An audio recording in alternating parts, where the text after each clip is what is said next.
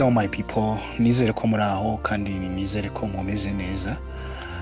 Hagati aho nkomeje kubipfuriza kugira umwaka musha muhire. Imana ikomeze kuba hamwe ibyiza gusa.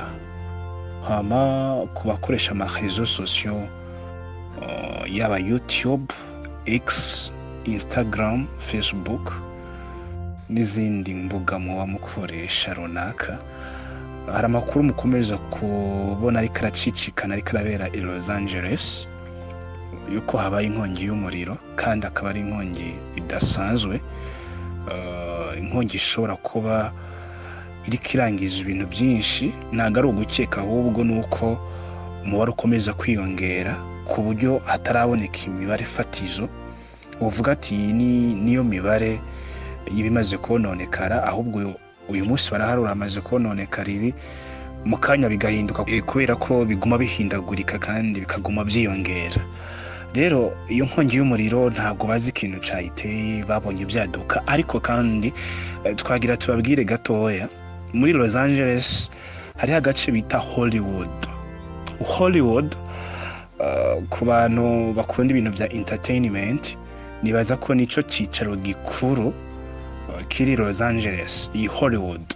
Rero Hollywood ntago bemera ubukristo, ibikorwa byose bihabera ni ibikorwa byo kugwanya ubukristo, basebya Imana. Abantu bipfuza kwamamara mu by'ukuri Hollywood irabibakorera ku buryo bwihuse cyane.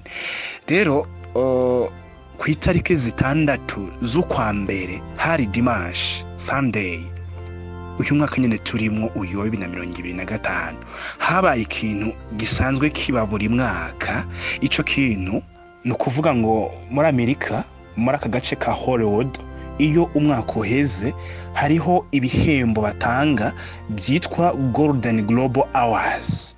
Ni ukuvuga ngo rero ni ibihembo baha abakinyi baba barabyitwayemo neza muri kano gace ka Hollywood. Rero iki gihembo cha Golden Globe Awards byari ko biratangwa ku nshuro ya 82, byabaye Sunday ku itariki 6. Rero uwararongoye ico novuga iri tangwa ry'iyi Golden Globe Awards yari umugore w'umu MC yitwa Nikki Glaser, ni umukomedian, aratwenza cyane ko bamuzi. Rero iyo bari ko ratanga ibihembo ababyakira barashimira, ariko abenshi bashimira ba mama babo ngo bababyaye kuko babareze neza gatuma babashije kuba boshika ku mwanya gutsindira ibyo bihembo.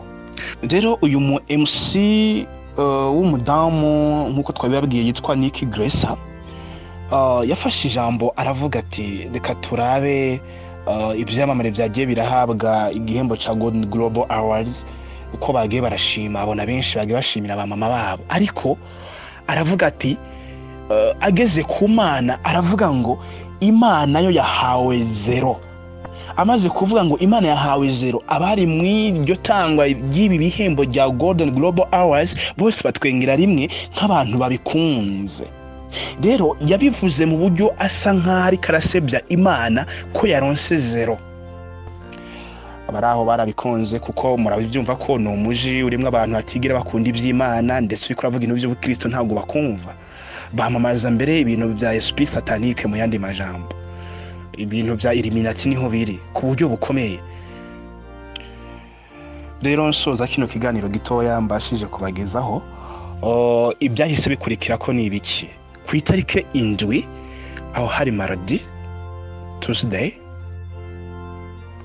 icyabaye muri iryo joro buca ari mercredi, hahise haduka umuriro, inkongi y'umuriro kuri uwo muji nyene Los Angeles, muri ako gace kaheremo Hollywood.